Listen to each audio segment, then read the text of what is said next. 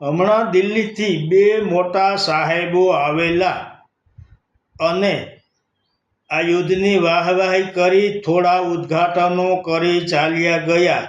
પરંતુ આ નેતાઓ ગુજરાતમાં મંત્રીમંડળમાં ફેરફાર થવાના છે તે અંગે સલાહ આપવા આવેલા હતા કે કોને લેવા અને કોને પડતા મૂકવા. પરંતુ આમાં એક સમાચાર છે કે કોંગ્રેસમાંથી આવેલા બે નેતાઓને મંત્રીમંડળમાં સમાવેશ કરવાનો છે. તે ખૂબ સારી વાત છે, કેમ કે આ બંને નેતાઓ ભાજપમાં એ માટે જોડાયા હતા કે તેમને મંત્રીપદ મળે. હવે જો તેમને મંત્રીપદ મળે તો સારી વાત છે.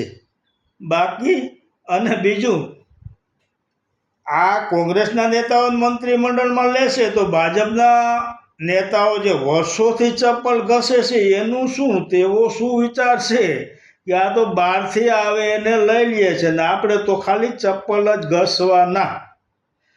પરંતુ આ નેતાઓ જે પણ કોઈ આવે તેઓ સારા નેતાઓ આવે, ભણેલા આવે, એજ્યુકેટેડ આવે. કેમ કે 8 પાસ અને અભણથી આપણે કંટાળી ગયા છીએ.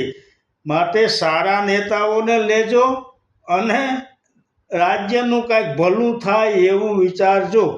મારો વિડીયો લાઈક કરો, શેર કરો અને સબસ્ક્રાઈબ કરી લોકો સુધી પહોંચાડો. ખાસ આ ભાજપના નેતાઓ સુધી પહોંચાડજો. જય માતાજી.